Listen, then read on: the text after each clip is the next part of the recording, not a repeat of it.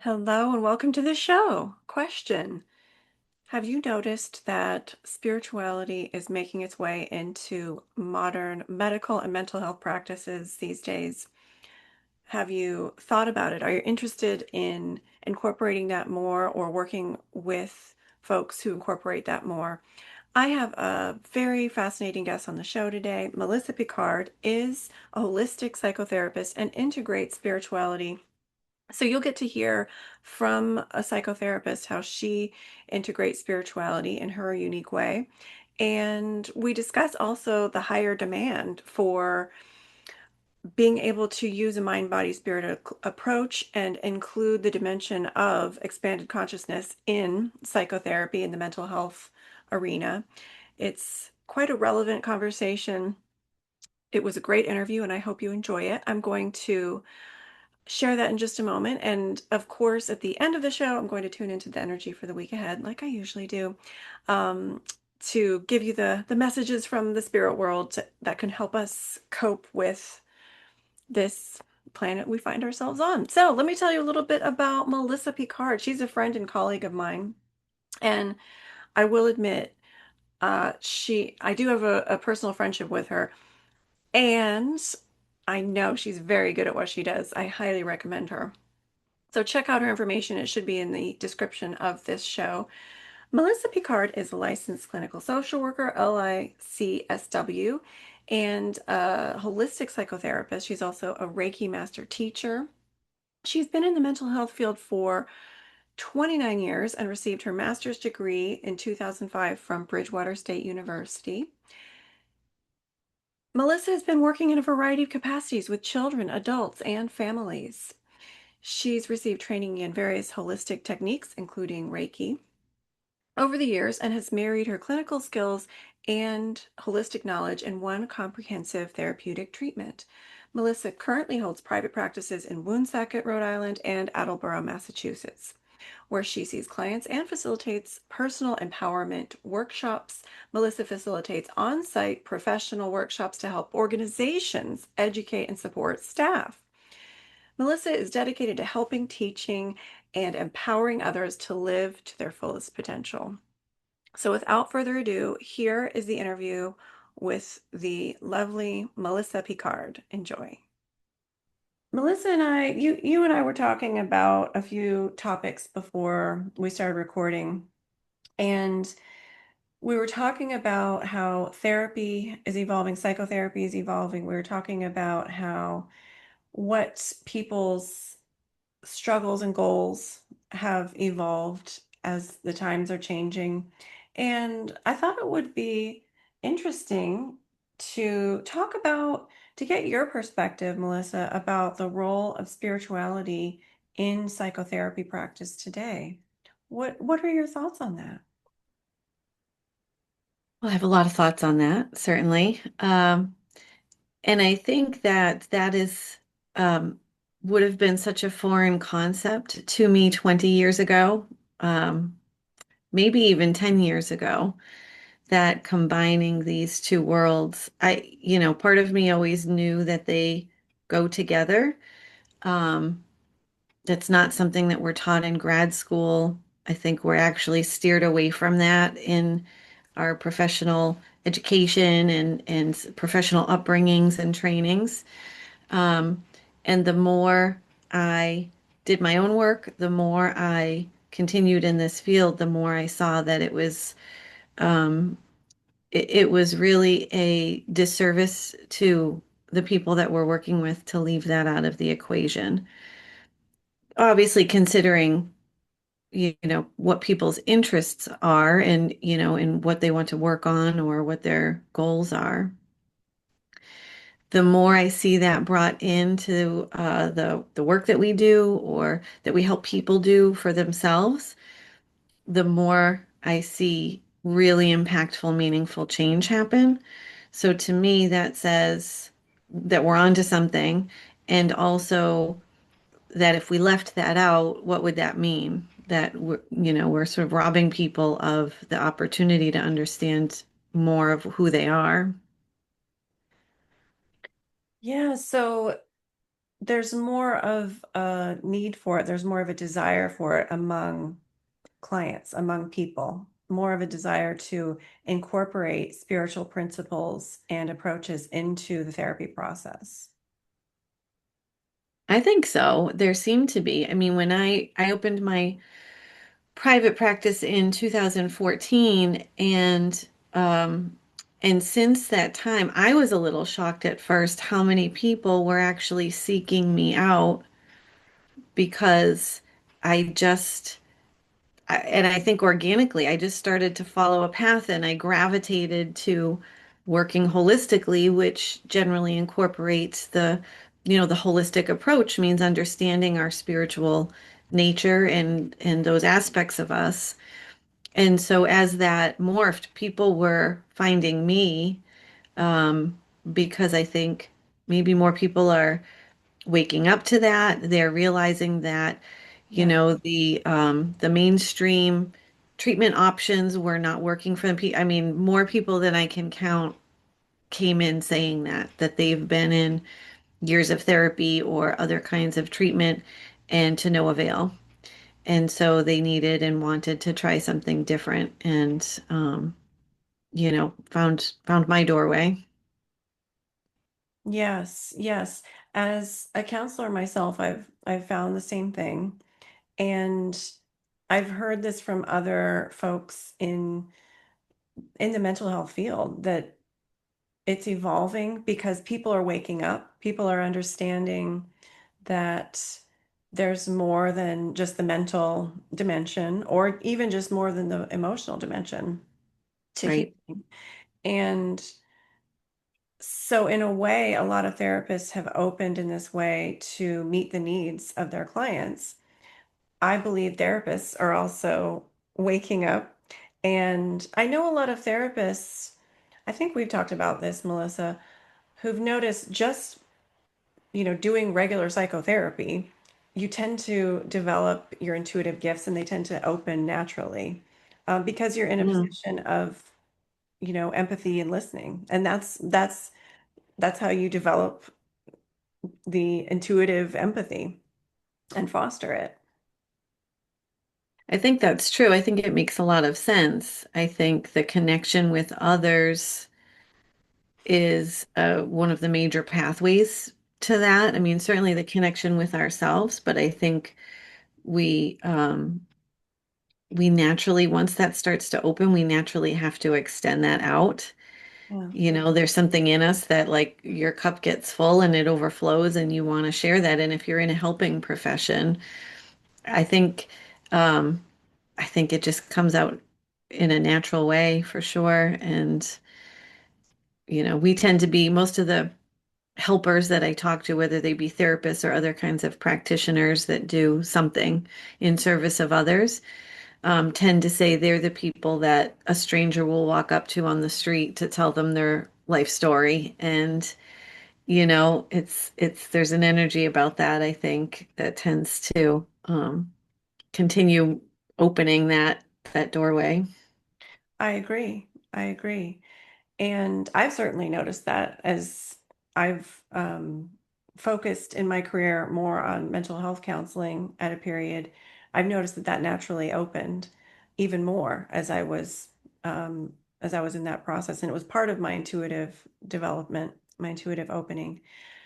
And it's what I like about the psychotherapy field is it's there's a process and there's research and there's an intricate support program and structure for being able to develop listening skills, understand the ethics behind how you're responding and how you're partnering with your client, and that's integrated in with understanding empathy. In a lot of psychotherapy programs, there's not an emphasis on intuition per se, but I appreciate that about the field of psychotherapy. Of course, there are schools of counseling and psychotherapy that do emphasize the mystical, the intuitive, the spiritual. Jungian psychotherapy transpersonal psychotherapy, mindfulness based, they combined cognitive behavioral therapy, a very mental, I mean, it's, cognitive and behavioral, very traditional therapy with mindfulness to create the mindfulness CBT. There's, Christian counseling and certain religions combining with psychotherapy. And there's others I haven't named. So there are certainly schools where that's integrated, um, but I have seen what you are talking about and what you see, Melissa, which is this is becoming more and more mainstream and more, less of Mhm. a fringe and something esoteric and more what a bigger growing percentage of people are seeing, wanting, and communicating and asking for. And I think that that's a really inspiring trend to see. And I think it shows that the world, not everybody, not in every way, it's complex, but the world is waking up. People are waking up, and therapy is evolving to be able to evolve with that trend. I think so. I think it is encouraging that there does seem to be a lot more um, awakeness and information obviously has a faster track now than ever before with the internet and social media and everything, for better or worse. It is a forum for sharing a lot of what's been really good information and good new research coming out about this, that spirituality is not as woo-woo as once thought, that there's actually a lot of science behind it. There's a lot of now research backed, information and data that we can use to say, okay, we didn't have the tools to measure this before. That doesn't mean it didn't exist. It was just we could feel it, not see it. And our world has been very focused on what can be seen, what we can touch, what's a little more tangible. This is fairly abstract, but felt senses can be just as tangible once we're familiar with them. And I also think too, what's important to say is we've all grown up in this world of hustle and bustle and basically living in fight or flight mode. And then we're waking up to all of this and feeling things and seeing things and experiencing things, and we have no context for it, right? We don't have the, you know, the overall support in our culture just yet. Even though more is there, I don't think it's fully sustaining living from this place. And so we don't necessarily have language or full understanding. So I think that seems to be why a lot of people tend to, come see me or reach out, or that I just hear people talking about too, that they need to find someone who gets it and who understands. And they just want people to talk to about this because it's kind of flips the world upside down at first, I think. Yes, and it can be overwhelming and even scary. And if you Yep. don't have a space to talk about it, it can be isolating and you can feel like you're going crazy. So I Yep. agree. I totally agree.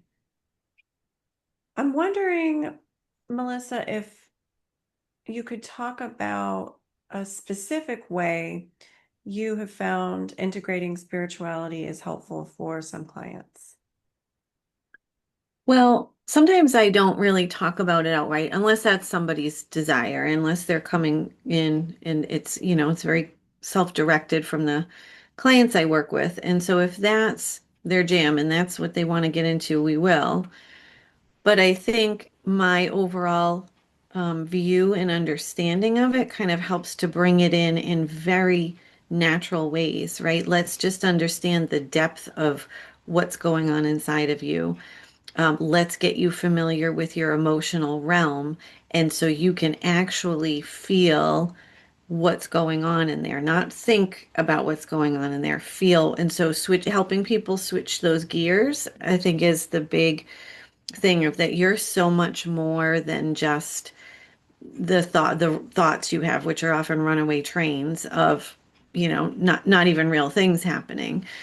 And so teaching people that they can touch into different aspects of themselves that they may not have fully realized were there. To me, that's spirituality. To me, that's the parts of us that, again, are not as tangible. And so we may not have even fully realized we had access to. And then there's the whole set of resources that comes with that. The other main piece of that I think that ties in is just helping people shift from fight or flight mode into a more calm state and then having them realize everything that opens up to them from there. To me, that's your spirituality. That's your spiritual nature or your divinity is we have access to this limitless pool of resources that we're so cut off from when we're running around in survival mode most of the time. So to me, those are really big access points. Wherever people want to take it from there, I think, you know, it's carte blanche. They have a blank canvas to paint what that means for them, whether they follow some kind of specific teachings or they're just sort of exploring, their own inner world. I think it reaches the same goal for everybody and in their own unique ways. I love that. And I think about what you just said in terms of connecting with the divine inner presence, with the sacred presence.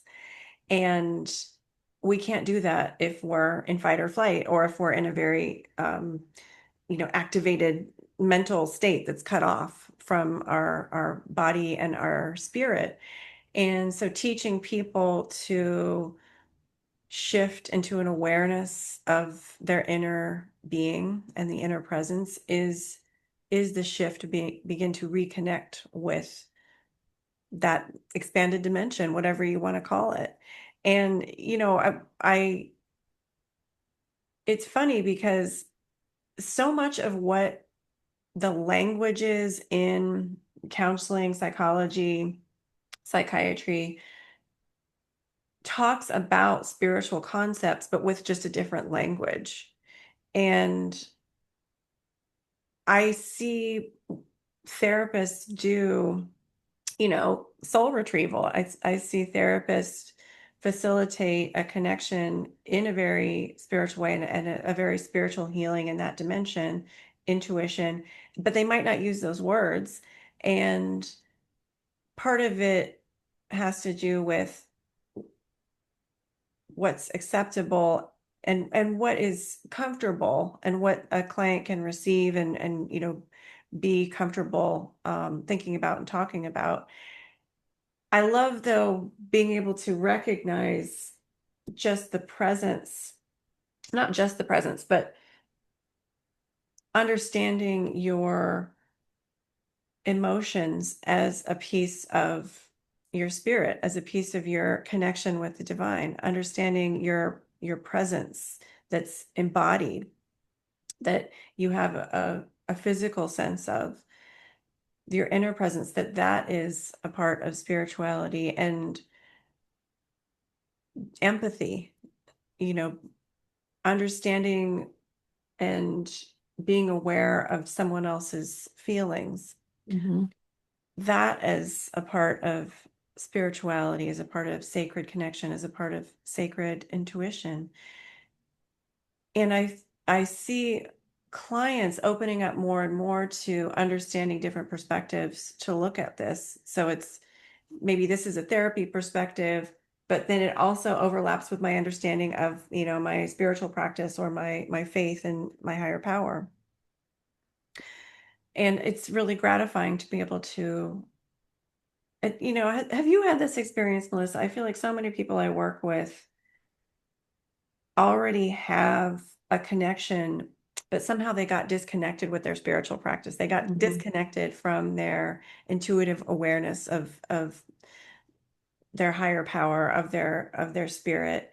And working with me is more of a reminder, doing some of these practices and just going through a process is helping them to remind them of what they already know. I do think I see that a lot. I haven't quite named it. I mean, I've heard people report those kinds of things, that they used to feel more connected or more in tune with things. And then, that stopped. And usually there's a lot of stress involved in that, or so, some life event or experience that kind of, the access is always there, but we can feel cut off from it. Um, and I think that because of the way maybe I'm able to show up, that I've learned to show up in terms of very heart-centered, very present with clients. I think that I've come to look at this as like in hindsight as happening without realizing it was happening at first. Now I can be more intentional about it, but I think there's like a co-regulation or entrainment, maybe is the right word, that happens where if there's one person in the room that can bring that presence, everyone else can sync up to it a lot easier, and that happens. I see it happen with my kids. If I can come pretty regulated and in a calm state, which I'm not claiming I always can, but when I can, I notice the difference. They sync up with me a lot easier. And I think I've started to realize over the past few years, particularly, that that's happening with clients. I can see how they feel different when they leave the room. And then if I look back even further, I did a ton of I was a supervisor for a long time, and I did a ton of supervision hours with our team because we were just limited on people available that were licensed and could do it. And I think I was doing that with them too, if I really look back, focusing on what they were doing right and what their strengths were and what a good job they did, even if they were not thinking that when they walked in. Um, when you're a therapist and you can see people leave the room after an hour feeling better than when they walked in, which historically was not always the case in therapy, um, something different I think is happening there. So I think it speaks to the practitioners that can really get to that place Yes. um, and show up that way. And I think that naturally, innately, we all want to be in that state. That's our natural state for everyone as humans.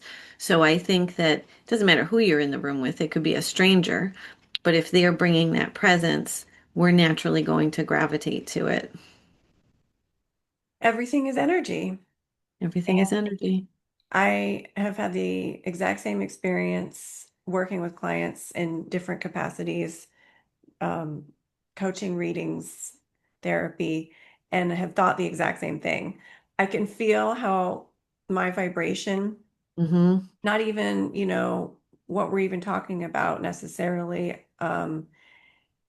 there's a shift happening. Just I can feel the person on the other side shifting as I'm emanating a heart-centered awareness and presence and love Yeah. and the agape love. And therapists are waking up more, I would think, I believe, to how their energy, mind, body, spirit energy is affecting the folks that they're working with. I certainly see a lot more professional material out there nowadays than years past about that. Trainings available for people about, the humanistic approach and how much, you don't have to have some profound thing that you're saying to people or advice you're giving. In fact, it's better if you don't or don't try at least. You're not efforting toward that. If you just show up with an open heart, that person gets everything they need from that room because how many places in their lives in a given day can they go to and receive that? Mm. And that resets everything. So and then they have the inner wisdom, they have the inner resources to take that and run with it. We just have to help them get to that place more than tell them anything or direct them in any kind of way. I mean, sometimes a little nudge here and there is great, but I think if we just think of ourselves as more of a vessel rather than a director, um, and I think the heart, the mind body connection stuff and the heart centered practices really speak to that more and more. Yes. Yes. Melissa, I'm wondering if you could tell our audience, those tuning in who are looking for a therapist who can integrate the spiritual or a spiritual psychotherapist, how can one find such a therapist who is a good fit? Well, I definitely um, am pretty particular about that, so I'm glad to share my thoughts because what I tell everybody is that they need to shop around. Not all therapists are equal, and not all therapists are equal for the person. It really needs to be a good fit. It needs to be a comfortable working relationship with that person to get out of it as much as you possibly can. And so, I let people know that look at it as an interview process, that you're interviewing the person as much as they might be making sure that you're a good fit for their practice. You're making sure they're a good fit for what you're looking for. Needs can change and evolve over time. So, one therapist at one point in life can be just what we need, and then we can grow out of that and need something else later. There are a couple of good websites I can share if you want some actual resources. They're the only two websites I generally offer to people because I think that they have higher quality, well-trained practitioners. I think they're well vetted. And so, just sort of a typical internet search doesn't always filter that for us. The first website that I really like is zencare.co. They have really comprehensive profiles. They vet all of the practitioners coming in before they're allowed um, to have a profile and market themselves there. And so you can get a really good sense of the practitioners, and you can look through the list based on geographic location and insurance and all of that. The other is the ifs-institute.com. I'm partial to internal family systems as a modality, and so those are people who have trained and certified in that particular treatment method. And so I find that you can filter for them too. That is a national website, so people can find somebody from anywhere. Um, or international, actually. I think they even have people in other countries, other parts of the world. ZenCare is more New England based area, including New York. Okay, okay, thank you. And Melissa, if our audience would like more information about you or your services or what you offer, how can they find out more and how can they get in touch with you? Sure. I have a website. It is melissapicard.com. So there, I have listed all the different services, which are, often evolving and changing, adding things quite often, which is fun, but usually all of it is housed there. I have my own YouTube channel where I try to put some content and videos out for free for people as often as I can. My website has blogs that I'm writing at least monthly, and I have social media. I have Instagram and Facebook that people can follow me, which is Melissa Picard, LICSW. And the links for all of that are on the website. And so we'll have classes, events, booking for different services, lists of the services offered, and retreats, um, pretty much housed primarily through the website. And I highly recommend Melissa's services. You should check her out. Check out if you're local or not, check out what she's offering. Melissa, this was so much fun, and it was so cool to talk to someone who's had similar experiences, and I feel like um, it was just it was encouraging to hear your perspective, and I am envisioning people really appreciating what you shared today. So I just want to thank you so much for coming on the show. Well, thank you for having me. I'm glad to do this with you. Okay, take care. You too. Thanks. Bye. Let's get into the reading for the week ahead, shall we? Tuning into the collective energy for the week of July 6th, 2026, or whenever you tune into this message and it feels appropriate. Let's jump in. I am feeling a Mercury retrograde energy as I tune into the collective wave. I'm seeing a box being taken off a shelf. And I feel like one of the messages that's coming through is we are taking some boxes off the shelf and sorting through them. We have the opportunity to revisit something and repurpose it, reuse the energy, refine the energy. There may be something that you have tabled that you're now able to use and you're now able to sort through. So moving forwards by moving backwards. Pulling the tarot card, Tower. And by the way, if you're American, happy 250th, happy Independence Day. It's interesting, I'm thinking of that as I'm pulling the Tower. So with the Tower, I'm feeling there is a resurrection energy. There's an energy of there's an opportunity for renaissance. There's an opportunity for reviving something and resurrecting something that does involve a death rebirth. So I feel the Tower is asking us, what do I need to release in order to build this next phase, co-create this next phase, allow this next dream to unfold?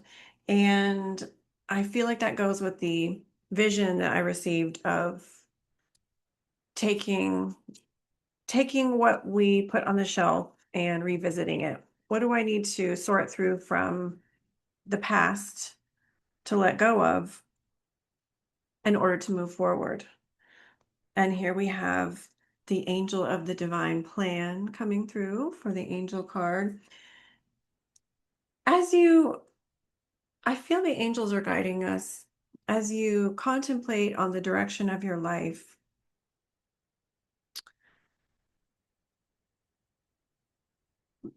Let go of comparing yourself to others and let go of your family, your community, your school, people at work, whoever is in your circles that you're comparing yourself to, or perhaps your life path looks a little different. We got to be careful with that because it can lead to a destructive pattern of not appreciating your unique path and some self-doubt. So appreciate your path, even if it's unique, even if it's different from your tribes. And I feel like spirit is guiding us to really step into our confidence this week and really take some time to take care of your energy. So connecting with the earth, doing your energy cleanse, salt bath, or cleansing music. Cleanse your energy, cleanse your space, do engage in your practice. And I also feel like with Divine Plan, even on a weekly basis, this week, be willing to move your schedule around so that you have a little bit more time in your schedule to think, reflect, and leave room for some new creative ideas to come in. Make sure you're in your routine and your schedule. You're leaving time to reflect and you're leaving time to tune in to the bigger picture. I like to take a look, not that this always happens, but I like to take a look at my monthly goals and my yearly goals regularly. So make sure you're taking time to tune in. And from the Starseed Oracle Priestess, how are you being called to step up and lead? How are you being called to step up and lead? So for many of us listening, I'm getting Sekhmet vibes from this. We've got the lion, Egyptian lion, starseed energy. I feel many tuning in there's an opportunity to step into a leadership role, and it does involve releasing old patterns that are holding you back, releasing old paradigms involving conformity, involving fear of rejection, fear of disapproval. For some of us, it's a fear of power, a fear of failure. So this week, you have some opportunities to process, to clarify what your worries, fears, and limiting beliefs are regarding your divine plan, regarding stepping up to a leadership role. And it's such a Mercury retrograde opportunity. And so it's an opportunity to reprogram, to let it go, to release it, to release other people's energies and paradigms and values that are not serving you, and to allow that space in your being for the new paradigm that really does serve you, that is